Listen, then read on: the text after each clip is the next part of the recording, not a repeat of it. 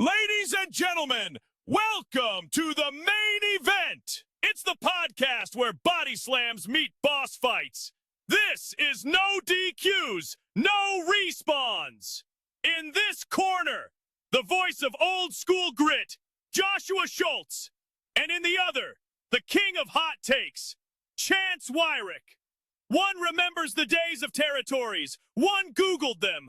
Wrestling, life, video games, all on one card every week.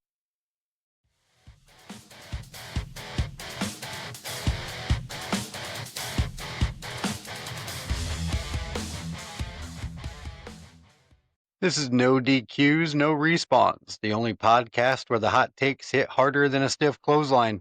I'm Josh, king of unnecessary rants, and this is Chance, who still thinks strategy in video games means yelling at the controller. Strap in, it's gonna get ugly, and we're not just talking our opinions. This week, we're getting into TNA Mount Rushmore, the importance of the X Division, the best TNA rivalries, our favorite TNA tag teams, and a little bit of appreciation for Jeff Jarret and what he built over there.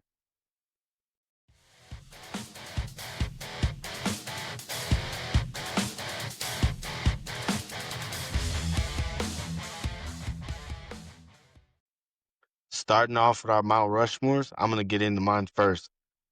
First on my list is Sting. I mean, I don't think you can really talk about TNA without talking about Sting. No, you can't. I think he really, in the early days, legitimized TNA and was kind of a bridge the gap between the old and the new. I agree. I didn't even growing up watching Sting and TNA. I didn't realize that he was as old as he was. Like he wrestled at the highest level for so long. It was kind of crazy. It was, and it seems like Sting has just always been 50 years old, unless he was 30 years old when he was in WCW. Right. Yeah, exactly. But yeah, I think Sting, he was the last holdout, you know what I mean? Like the last guy from WCW, and I just feel like you said, he kind of bridged the gap for a lot of TNA, and it also allowed TNA to feel like a real organization. Oh, 100%. Next up on my list, and this one's a little bit, I don't know if I'd say controversial, but I feel like this guy doesn't get credit for what he was to TNA. I feel like he was really the monster TNA. Like he was a heel that you put with your ultimate babyface, Abyss. Abyss. I feel like Abyss doesn't get nearly the credit he deserves for his TNA run. Abyss was a huge part of, for me, watching TNA growing up. I think Abyss, unfortunately, just got a little bit looked over just because of the era, that he came about in. If he came about with Mick Foley, I think he could have been just as big. Exactly. I feel like he has that, he was a true monster. He looked like a monster out there. Some of his matches, those, death matches, those hardcore kind of matches that he was doing, that was some of the best work. I feel like he doesn't get nearly the credit he should have. Yeah, and he's got really good ring psychology. I think Abyss is a real good pick for your Mount Rushmore. Yeah, of course you do. You picked it. Exactly. I just think he's one of those guys that, definitely didn't get the credit he deserved for No. TNA. But next up on my list, Kurt Angle. I feel like he, as we've talked about before, he legitimized TNA. Sting made it feel like a real organization. I feel like, but Kurt Angle made it feel like a destination, if that makes sense. You know what I mean? When Kurt Angle showed up, I felt like you didn't know who was going to show up in TNA. Yeah, I think it really put a spotlight on TNA, and I think, like you said, you didn't know who was going to show up. I never thought Kurt Angle would show up in TNA, and it kind of broke the business at the time. What's going to happen next? There was not a clear number two really until then. Exactly. Like I mean, it kind of made it feel like they were the number two after that. Like it made them feel like, they might not be as big as, WWE, the monster organization, but like they got guys and like they'll pull some guys. You'll be surprised who's gonna show up in TNA, whether it be Jeff Hardy, whether it be Rikishi, like there's you never knew who was gonna pop up. Booker T, like and I just feel like Kurt made a lot of that possible. It felt like, oh my, if Kurt's over there, like, okay, like we can go over there, we might be able to do something there. Like, Yeah. And, as we said just a few minutes ago, Sting legitimized them in their early days. Angle, I think, as you said, really legitimized them. It was easy for Sting to come over after WCW folded. Angle, I don't know, left is the right word, but Angle was no longer employed by WWE. He could have made $1 million on the Indies, but he decided to go to TNA and kind of put them on the map. And I think that worked out well for both of them. exactly. I mean, he's, I think he's just so hugely important in the TNA's legacy. Same with the last guy on my list, the homegrown talent, the one, the one that was there since the beginning, AJ Styles. I feel like you don't talk about TNA without talking about AJ Styles. You don't. We watched him rise through the ranks. You watched him, achieve like a boyhood dream there. Like he was the guy in TNA for a long time, even if he wasn't the main event guy. If you were talking about TNA and their all-time greats and what they had and who to look out for, AJ was always the guy you were gonna mention. 100%. And AJ is also on my Mount Rushmore, so I'll get into it here in a few minutes. But I think he also proved that he's still the guy in TNA. Chance and I were talking last night how AJ appeared in TNA, and after being gone for so long, still getting that kind of reaction and just being able to control that crowd proves that he still to this day is the face of TNA. He is 100%. And speaking of that, it was just great when he did come back and seeing him come out to his old Disney. It was it brought back memories. Yeah, goosebumps. It was great. But other than that, man, let's get into it. I mean, that's me. So, what you got, Josh? Well, picking right up on AJ Styles, I think that his legacy, like when people think of, or say TNA's John Cena, they really mean AJ Styles. 100%, yeah. He's been there since the beginning. He was a pioneer for the X division. He carried it for a while with that triple threat with Daniels and Joe at Unbreakable 2005. That was one of the. I feel like that might be TNA's like best match ever. It might be. It really might be. And it just proved that they were spending the time and taking the necessary steps to create new talent, instead of relying on older guys like Sting, who helped quite a bit and carved his legacy in TNA. But you always have to constantly be building new stars. Mm-hmm. Longevity. He was with them for 10 plus years and never left. Didn't go to WWE till later in He his felt career. like the guy that never was gonna leave. Like, it felt like AJ Styles was always gonna be Mr. TNA. Yeah. Like for, until he hung the boots up. So like when he left, like that felt like there was a shift in the product. Like when AJ Styles left TNA, like that was kind of like, I don't want to say the downfall of TNA because they're back and They're back. they're doing their thing now. But I feel obviously there were some down years there, and I felt like that was such a, I don't want to say key role in the downfall, but that Mhm. was a real telltale sign of how trying times had got.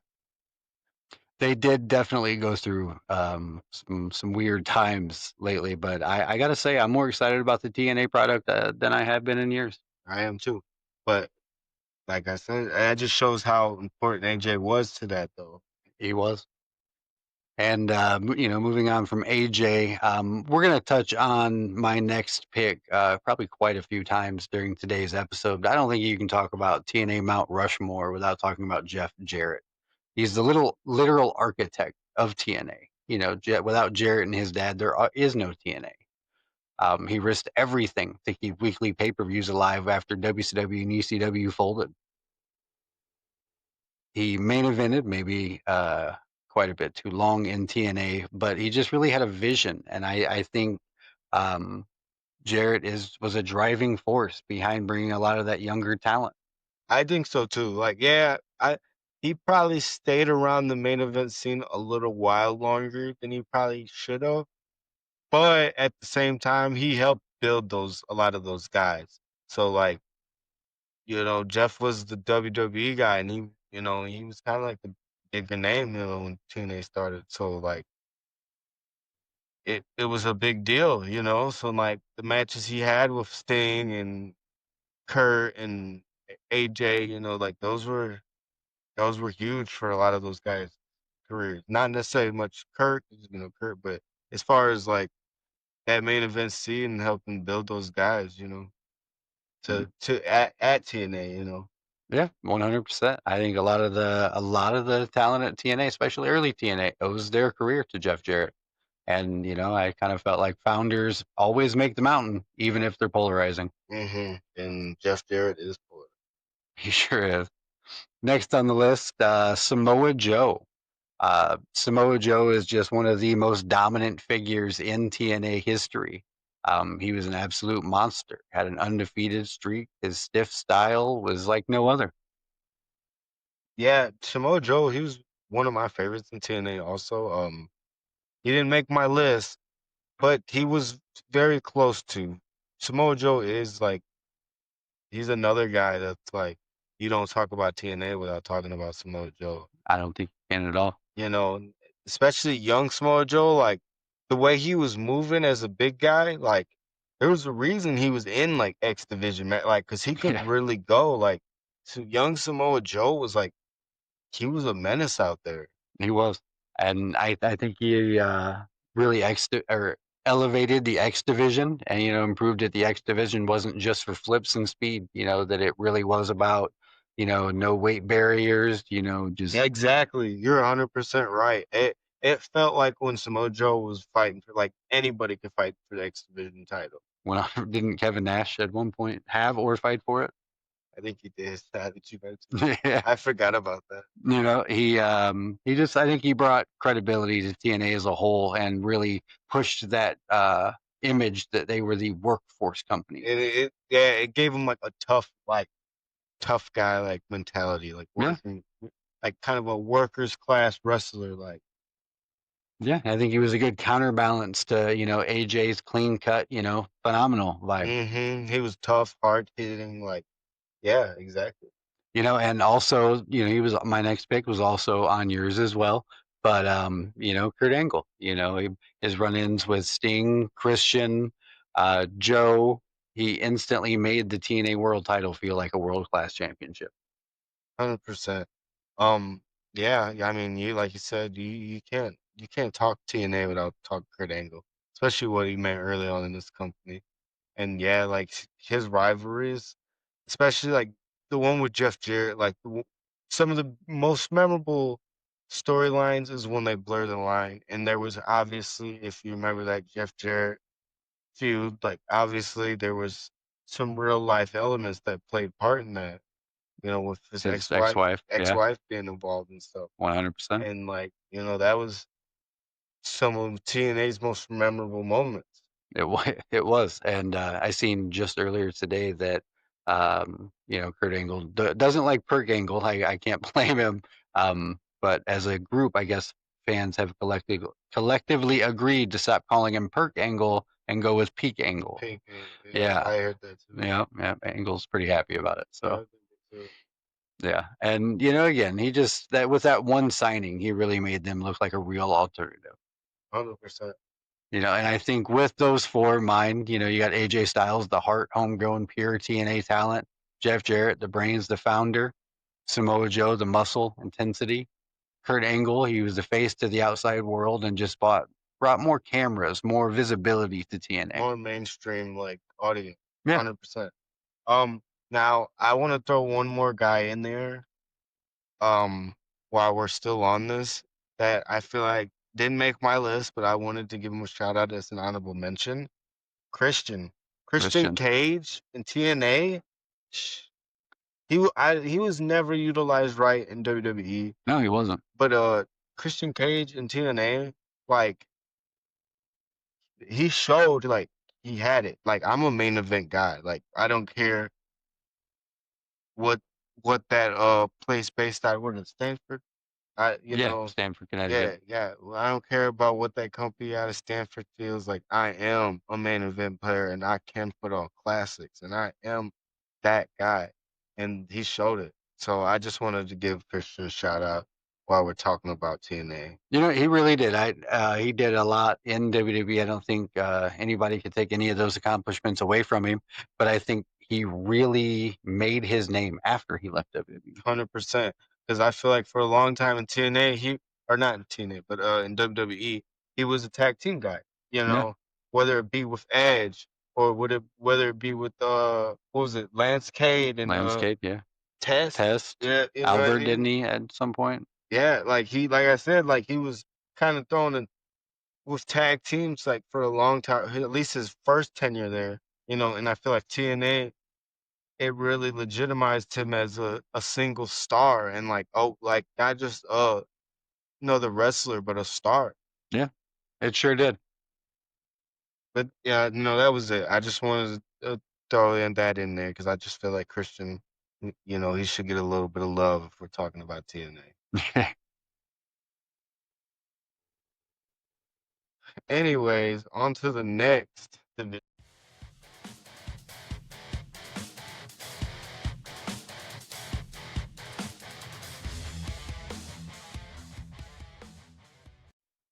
And we're back. We're going to talk about the importance of the X Division to TNA. Without the X Division, I think TNA is just another company with ex-WWE guys on top. The division gave TNA its heartbeat and its identity.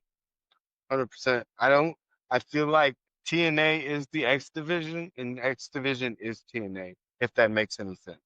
I mean, the X Division, it's what set TNA apart. The guys that you would see there in the matches, like the Ultimate X and the scaffold match they would have, like the one with AJ and Rhino, like that was one of the coolest matches I ever seen, where AJ hides inside the scaffold. Yeah, that was crazy. That was like such a crazy moment. And I think it gave them some brand identity. It sometimes I think a lot of people may have thought it was just like Spot Fest, but we remember these moments, and I think that was what set them apart from WWE. Mm-hmm. And like it was cool because like we talked about earlier, like it wasn't always just little guys. I remember watching Hernandez fight in the Ultimate X match and like fighting for the X Division title and things in that of that nature. Like you didn't know who was, gonna show up for those X Division matches. And like you just knew you were gonna have a good time. And it was your own unique flavor of like wrestling, you know what I mean? Like from AJ Styles to Shark Boy, The Shark Boy, yeah. Alex Shelley, Chris Sabin, just to name a few. I mean, they created stars from scratch with the X Division. We talked about it earlier, creating new stars. You always have to be creating new stars. Exactly. Jay Lethal. Yeah, his woo off with the Ric Flair, comedic brilliance. The whole macho gimmick was like, it was great. Yeah. I wish it were still on TV today. It was great. It produced match types that you couldn't see anywhere. We've talked about a few of them. The Ultimate X. When fans picture TNA, I think the Ultimate X match is a big symbol for them, and a lot of these being able to just picture something like that. I think gives brand identity. It brings eyes to the product. Exactly. That's one that like if TNA would ever release another video game, I'm like, oh man, I'd love to play that. Like I feel like a good setup with great mechanics game like of that being able to play that Ultimate X match would be so cool. Like It would. the spots you'd be able to do, like think like super, doing a super kick off the scaffolding, or all any of that. Like Yeah, it it would was, be cool. it'd be awesome to be able to like just do the different crazy spots you'd be able to do in those ones when or they're hanging off the ropes and spearing them off the thing. Like it'd be great. Yeah, it would. I don't enjoy death matches as much as I used to as a kid anymore after trying to watch some of the John Moxley ones in AEW, but I'd love to be able to do them on video games. Hmm. And I think the X Division, main event, it really proved. I think TNA kind of concentrated not so much on, not to say they didn't have storylines, but the storylines were definitely second rate compared to the work rate of the wrestlers and the product of the wrestling that they were able to put on. 100%. They were, you know, they were putting on banger matches. The stories might not always be the most realistic, but you knew you were gonna get some good matches. Yeah. And it really linked the mid card to the top of the mountain. I didn't know this until I was actually doing some research for the episode. But in 2012, Austin Aries actually cashed in the X Division title for a world title shot. So, it wasn't seen as a ceiling, it was seen as a launching spot. Look at you talking about Austin Aries. Austin Aries. That's a controversial name It sure is. I'm nowadays. not a fan of the person, but he put on some damn good He matches. did. I will give him that. He did. He did. But yeah. I mean, like we said, the X Division is so synonymous with TNA. I don't feel like they make it as a company without that X Division. You know what I mean? 100%. They actually tried to institute briefly a weight limit to the X Division in 2011. They put a 225-pound cap on it, but it didn't last very long. Yeah. Well, that's what happens when you got Hogan in charge. You don't know what an X Division cruiserweight is. You don't get it. That don't work for me, brother. That don't work for me, brother. It sure don't. All right. On to the next.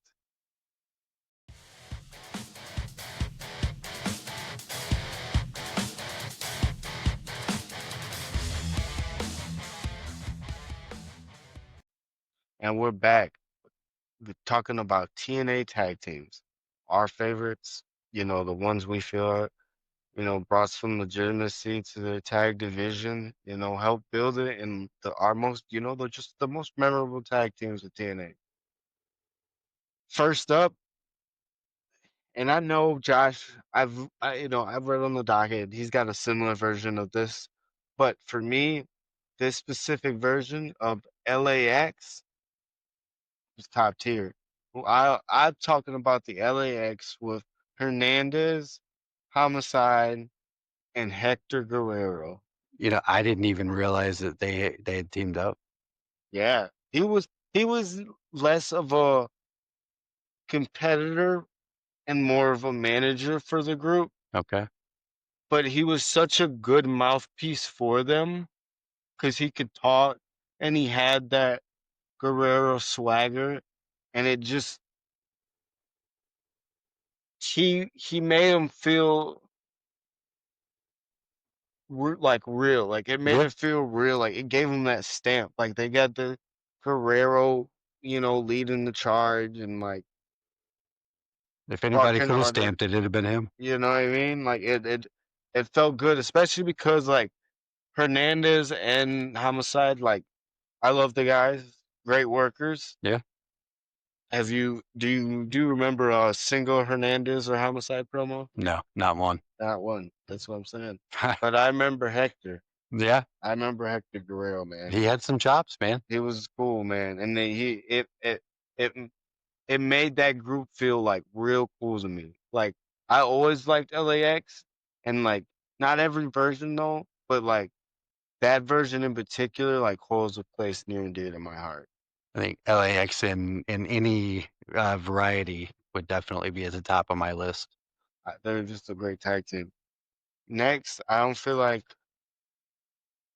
you can talk about TNA tag team without talking about the Motor City Machine Guns. No, Um, Alex Shelley and Chris Sabin. they were like, the guys, like they were the tag division for a long time. I remember another team that I'm gonna touch on later, but I remember their feud with the Dudleys, where the Dudleys had to make weight for the match. I don't know if you remember No, that. I don't remember that. And I think it was Devon who made weight, but Bubba didn't. Why does that not surprise me? Right, right. And here's the thing: it was so funny because they had him like he was stripping like on TV to try to lose weight. So he was taking off his coat, he was taking off his shirt, and like it was Earl Hebner was the referee too that was like checking the scale, and like Wow, Earl Hebner. and then it got to a point where Earl just shook his head and was like, "Hey, don't take any more clothes off. Like, It ain't gonna matter, it's man. not happening." Nice.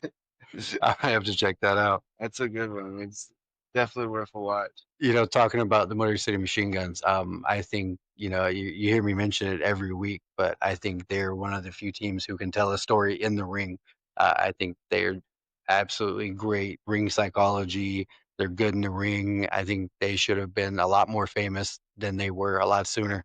hmm I feel like if we're gonna be honest, I love the Motor City Machine Guns. I think they were great, great in TNA, great tag team. Not that I don't feel like they're not good now, but I feel like man, they should have went to WWE like 5 years ago. Oh, easily, yeah. Like, like in their primes, like when they like those would have been they could have had some stellar matches. Yeah, 100%. I mean, for years, people were copying every spot that they put on in the indies. I mean, it just every team these days, I think, could talk about how much they owe to the Motor City Machine Guns, young teams, that is. And it was kind of interesting too. Is speaking of them, they both like individually kind of broke through to the top, like in TNA, by at one point or another. Like, 'cause I believe, if I remember right, I think they were both uh like heavyweight champions or at least X Division champions at one point or another in TNA too. Wow, I knew they were both X Division champions. That's crazy. Were they kind of I just like a put together team? I don't really remember their origin. I don't remember like they were in TNA so long, like they might have been already been there by the time I like started watching. Like I don't recall, but like they were just such a fixture in TNA for hmm such a long time. They were. I was surprised even as late as it was when they showed up to WWE. Yeah, that was a crazy moment. I just feel like, man, like if you guys would have showed up 5 years ago, like you guys could have been like superstar. They could have been kings of that division 4 or 5 years ago. The tag team division WWE was horrible. 100%. I mean, all you pretty much had was Big E, or the New Day, and the Usos. Mm-hmm. And it was the Usos probably had the titles more times than that. Yeah, Not that I don't love the man, it felt Usos. like for years that they just tossed it back and forth between themselves, the New Day and 100%. Another the other ones.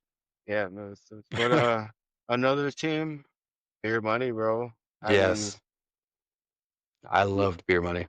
James Storms, Robert Roode. I mean, not Robert Roode, Bobby Roode, right? Or Same guy. same guy, Yeah. what I mean. Mhm. They were great, dude. They're like clash of like gimmicks, cause like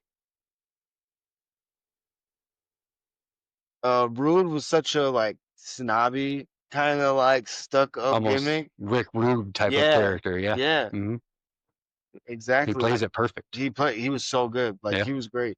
And then to match him with the Cowboy James Storm, like who would have thought that would have worked Not for me. for as long as it good did, and as like how good as it It was was. great. It was like they were great. Yeah, almost. I mean, I've always thought Bobby Roode was way underrated. I mean, he's an agent in WWE now.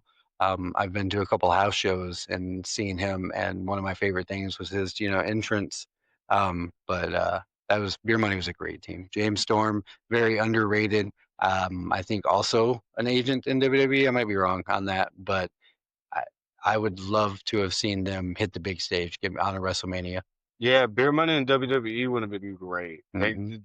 They'd have had been some classics with some guys. But yeah, I think it's unfortunate we didn't get to see Bobby as long as we did in WWE, and it's unfortunate we never really got to see James Storm in WWE. Really, like Bobby's was kind of like cut short, and I don't know, has James ever even been in WWE? If it was.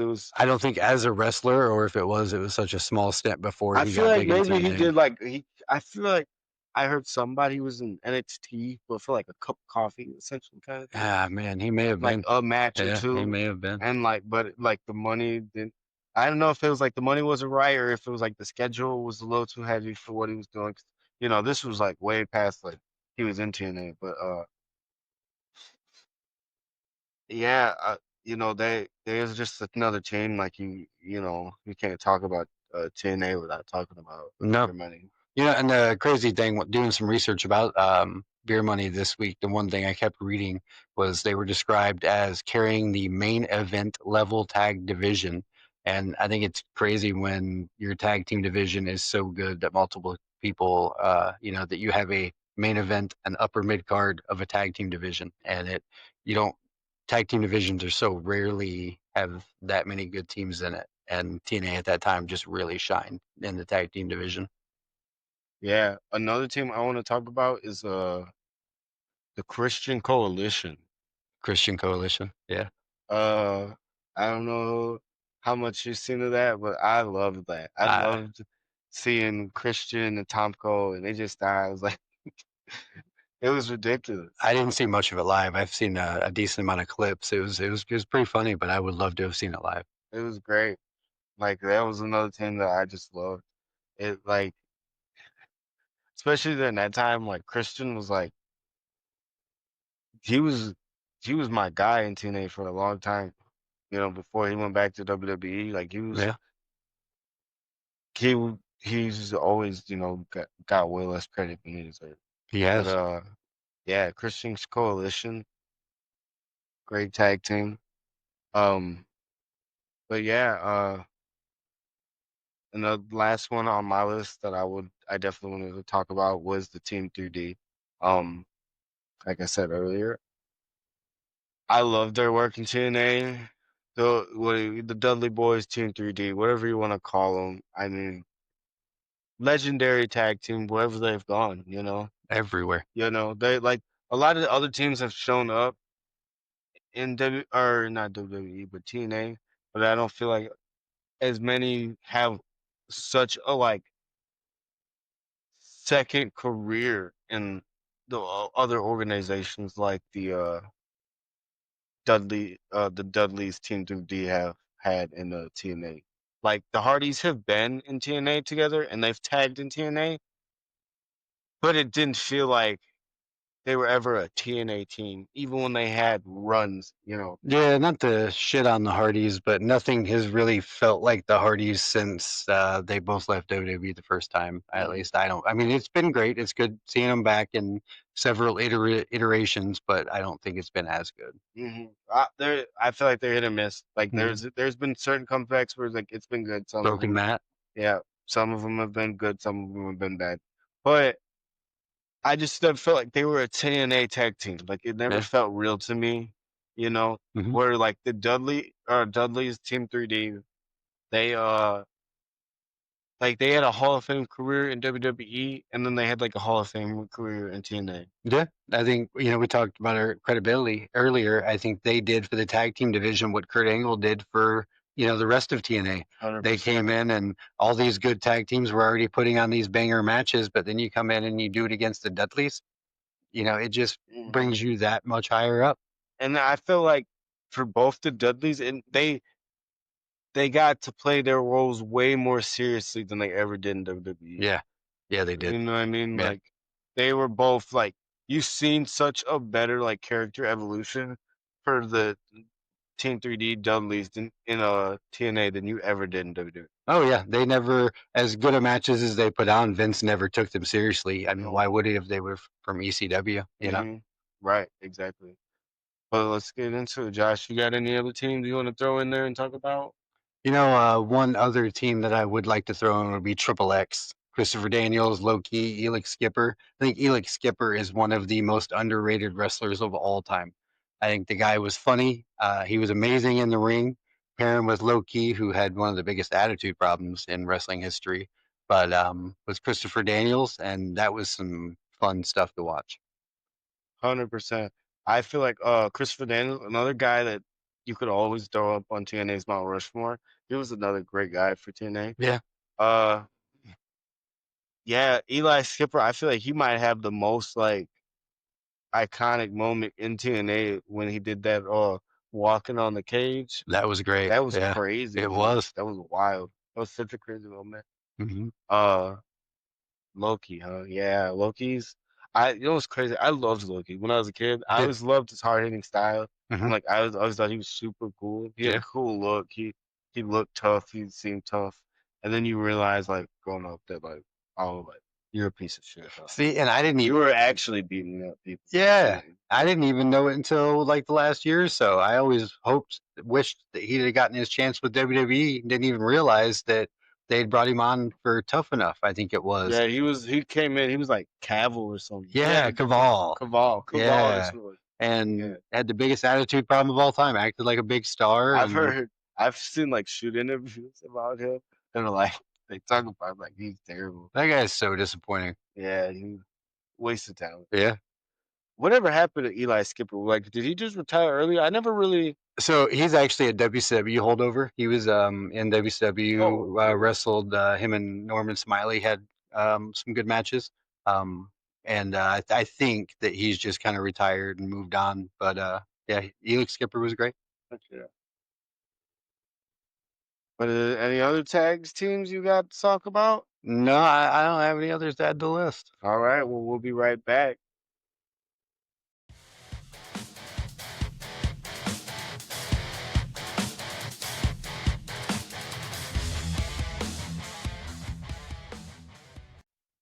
And we're back with one of our last segments of the day. TNA rivalries. You want to get into it, Josh? You know, I think we talked about it a little bit earlier. Might as well start with it. I think one of the best rivalries in TNA history is the AJ Styles, Christopher Daniels, Samoa Joe. You know, that unbreakable 2005 triple threat is still the match that people point to when they say this is why TNA mattered. Yeah, that was one of, if not like TNA's best match ever. Mm-hmm. I mean, they carried the X Division into main event territory, and I think that's when the belt stopped being looked at as a second tier title and really kind of took off into the main event scene because of that rivalry. I agree. Uh, Another one I want to bring into the attention is actually one of the a guy that we talked about earlier in one of his former teams, James Storm and Chris Harris rivalry when American Most Most Wanted wanted, yeah. broke up. Another team that we should, uh, we forgot earlier, didn't want to give their props to. Great team for TNA, Yeah. but their rivalry when that team broke up, that was great. That was like one of my like all time favorite rivalries. You know, it was really good. I don't often seem to care when tag teams break up. Usually I feel like it's done in such a stupid, uninteresting way that I just don't care. Break them up and move on. That rivalry was really, really well done and Mm-hmm. made me care about, you know, not only just who they were as a team, but the breakup as well. And it like you really felt like sympathy for Chris Harris. Like Yeah. if you see like you felt his like best friend betray him and was like, you motherfucker, like James Storm, piece Yeah. of shit. It's, you You know, cowboy son of a bitch. it was a great one. What about Kurt Angle and Samoa Joe? Yeah, they had some classics. It was absolutely great. One of Angle's first feuds when he came over, and um, I think it really just felt like a legitimate dream fight. Him and Samoa Joe Yeah, had, they were both like real intense, hard hitting guys. Like their styles match so well together. Like you have the Samoan submission machine versus the Olympic gold the medalist. Olympic gold medalist. Like it was like yeah, it was like a dream fight. Like Yeah, with a broken freaking neck. with a broken freaking neck. Uh, another one I want to get into. Uh, AJ Styles just versus Christopher Fernandez. Yeah, that was great. Yeah, AJ Styles against anybody is great. But yes, it was. They like that was another one's like best friends turn rivals. Mhm. Like They worked together for years on the Indies. And I say Indies, a lot of people would consider TNA, especially at that time, Indies. But they worked together for years, and they knew each other inside and out. That was a great feud. hmm what about you, Josh? What you got next? I think the original Jarrett versus Sting. We talked about it earlier, but that was kind of one of the first big feuds that put TNA on the map. During the early days when they were still on the weekly pay-per-views, and it was one of the first things that made me care about TNA back then. Yeah, yeah, that was a good one, Jeff and Sting. I mean, yeah, that was like kind of like their first big time rivalry. Yeah, it was.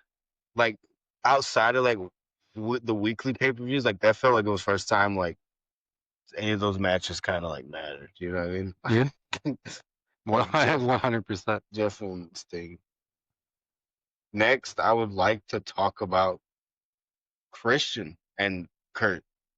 Christian and Kurt. Yeah, That was one feud that I didn't see a lot of, and I regret that. But yeah. I would definitely go back and watch. Mhm. I feel like it's some of like both of their best work.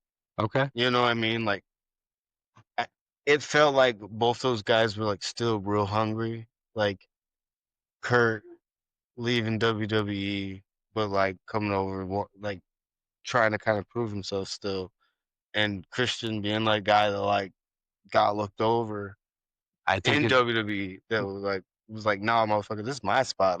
Yeah, I think at that time they both had a lot to prove. you know, like that was a good one. Hmm. What about Aces and Eights versus TNA? Started really well, really liked it. Um, Not to say that I feel like they shouldn't have unmasked, but I was a little underwhelmed with some of the guys that ended up being in that. Yeah, that's fair. Like, wasn't like Eric Bischoff's son in the Aces and Eights? I got lost after a while. It's the history of Aces and Eights is worse than the NWO after a while. You know, like when it was like Ken Anderson, cool. Bubba Bubba Ray? Ray, cool. Devon, cool. I don't know about that. Look, here's the thing. So I think there's a difference in between being a tag team star and being a star. And I think Bubba Ray, I think the Aces and Eights is the one thing that made Bubba Ray a single star. Um, I I didn't care as much about Devon. I like Devon. I love Okay, Devon. so here's my take on this though. Here's All my right, take. let me hear it. I I didn't think with the Aces and Eights gimmick, eh, there was no way everybody was gonna get over. No, There was never a way that any of that was gonna happen, right? But Devon was at least a recognizable face in that group. yeah, Or like, I swear to you, like, was it? It was like no, it wasn't. I don't think it was Eric Bischoff's son. Maybe he was also in it, but I think it was like Jared Briscoe, like was in it or whatever, or like Briscoe's son. I have no idea. It was like there was a couple guys in that where they were just like nepotism guys Hmm. that Like the like Mean Street Posse. yeah, that like had no business being a part of that gimmick, and I just feel like Devon was at least a recognizable name. Because, like I said, like Devon was probably not gonna get over, but like at least he was somebody that you knew for the gimmick. You know what I mean? And I guess that's the thing is he wasn't. I don't think he was bad. I think he was good for the group, but I think he was the first one where I was legitimately like he pulled it off, the mask off, and I was just like, oh, hey, Devon, Yeah. you know, Hey, Devon. how you doing? Missed you. It Yeah, just wasn't as exciting. I hear you. I hear you though. But yeah, that was another that was a great group. But yeah, their whole rivalry with the TNA roster and like going against like AJ Styles and everything like that was great. Yeah, it really. It gave TNA something for a while when there was, like I said, that was during the time period when not everything was great. No, and Sons of Anarchy was huge at that time, so why not just go ahead and copy what's already popular? Yeah, buddy, that's what you do, Yeah. brother. My brother named his son after Jax. Actually, that's Yeah, crazy. yeah. I didn't know that. That's Hey, cool. Darren. Hey, that's good. Uh, I any think other ones you really want to get into? I think those are pretty much the core rivalries of TNA. We talked about Bobby Roode, James Storm, Beer Money, Motor City Machine Guns, Main Event Mafia, TNA, Kurt Angle, Samoa Joe, AJ Styles, Daniels, and AJ Styles, Samoa Joe, and Christopher Daniels. Words are hard sometimes. Yeah, yeah, yeah. No, I think that's pretty much it, man. All right. Well, the last thing we got for this week, we kind of gonna get into just giving Jeff Jarrett his flowers. He's always wanting to give somebody flowers. We're gonna talk about Jeff Jarrett and his importance to TNA and just give him a shout out for a guy that gave an alternative when a time wasn't very many mainstream alternatives.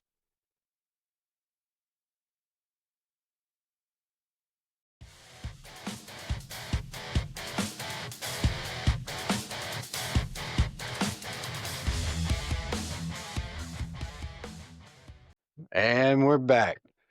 Talking about Jeff Jarrett. You love him, you hate him. Without Jeff Jarrett, TNA doesn't exist. He gambled on giving the wrestling industry an alternative, and that gamble changed the entire industry. By 2001, Vince McMahon had bought WCW and ECW, leaving WWE as the only big league option. Fans were restless. Without competition, WWE got complacent. If you wanted an alternative, you were stuck with Indies or the Japan. And out of nowhere, here comes TNA with their weekly pay-per-views and shorter schedules. They started to look really good to a lot of indie talent at that time. Yeah, so like, that's why we're just taking this time to kind of give Jeff his flowers because without Jeff Jarrett and what his wasn't his father that helped him Him and found it. Jerry. Yeah, like without them like starting TNA, like there wouldn't be that American alternative like Josh was saying, like there wouldn't be another mainstream company. Like the money might not have been as good in TNA, but a lot of guys still made a decent living and you know put on some great work in TNA. Like the rivalries we've talked about today, some of those like all-time classic moments, like they wouldn't have happened without TNA and with that without Jeff Jarrett. Mm-hmm. And I think one of the things that gets glazed over far too often is that weekly pay-per-view model in the beginning. $9.99 a week. You didn't pay it monthly, you paid it weekly. So that meant I had to choose every week to watch TNA and pay them $10. It wasn't I'd just be sitting here and just flip it on. I had to actively choose to pay them $10 a week. And I think that made them be entertaining. And I think they took a huge gamble and it really succeeded.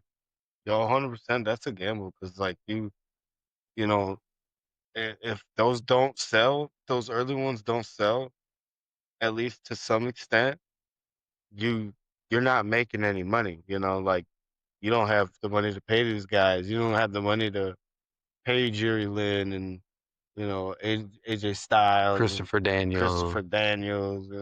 You don't and you don't build up that revenue to eventually signed those Kurt Angles and Stings and things like that. Like it's like yeah, those were I'm sure huge for TNA in the beginning, and like just what Jeff and his dad were able to do with that company, in those early stages, and just like build an alternative, like it was great. Yeah, it was.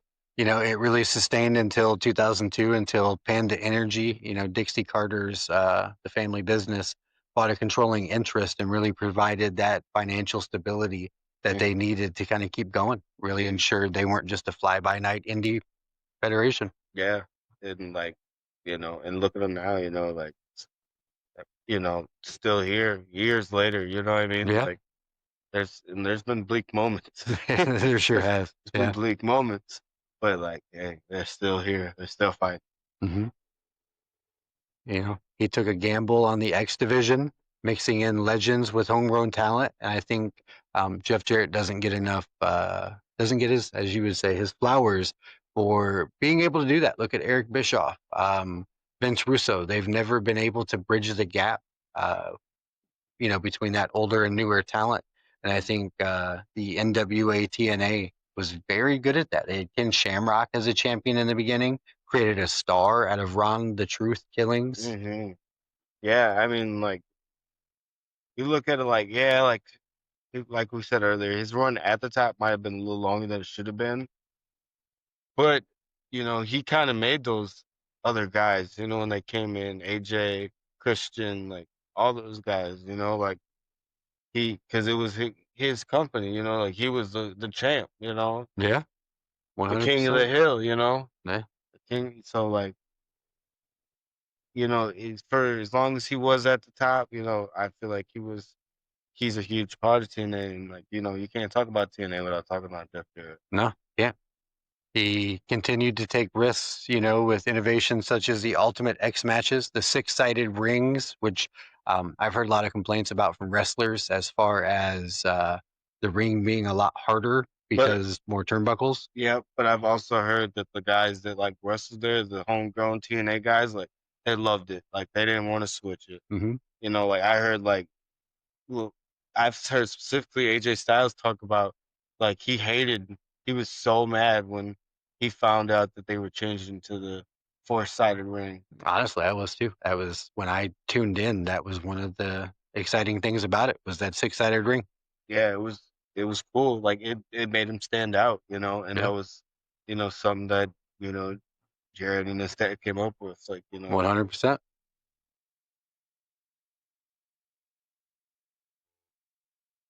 It really felt like he kept competition alive. We always talk about, WWE getting complacent. Some of the best years in wrestling history are when there is a very clear number two that WWE feels threatened by. And otherwise, they seem to get complacent. And he kept WWE on their toes all those years and just provided better wrestling for all of us. yeah. So, we're just taking the time to give Jeff his flowers. That's enough of all that, dude. You know, it was great talking about slap nuts and everything this week. Slap nuts. But we are out of time here, folks. Another great episode in the books. We'll see you back next week. We got a whole lot more in store for you. Peace.